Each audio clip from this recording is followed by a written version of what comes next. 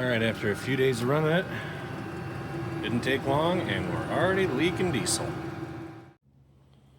Changed my mind, we're going to pull out the Harbor Freight hose clamp assortment kit to the rescue.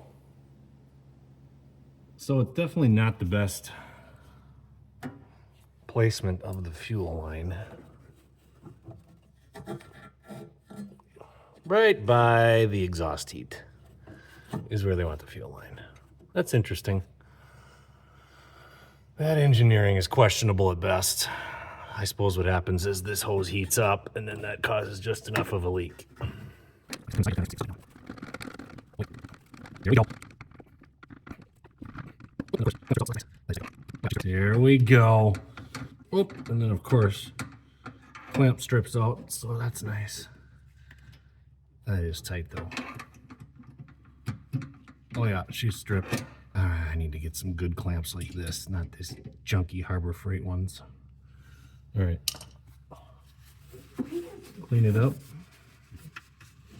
Fire it up. See if we're still leaking. Let's try some 3/8 inch hose clamps. See if these work. Well, the 3/8 were too big, so I'm going with 5/16.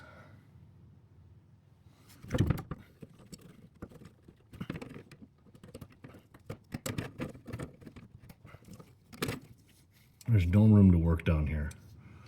With this odd shaped base, you can't get any tools in here.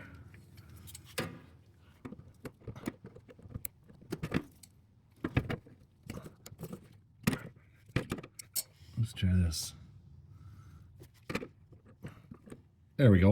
That's the size we need right there. All right, is that enough to hold it without leaking? I don't know, we'll give it a shot. All right, so that fixed it.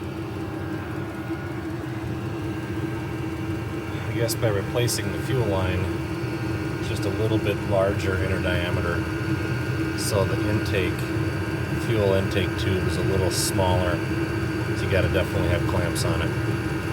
These are 5/16 outside diameter clamps, picked up at your local hardware store. Definitely get a few of them. All right, another day hopefully without a fire. Thanks for watching. We'll see you later.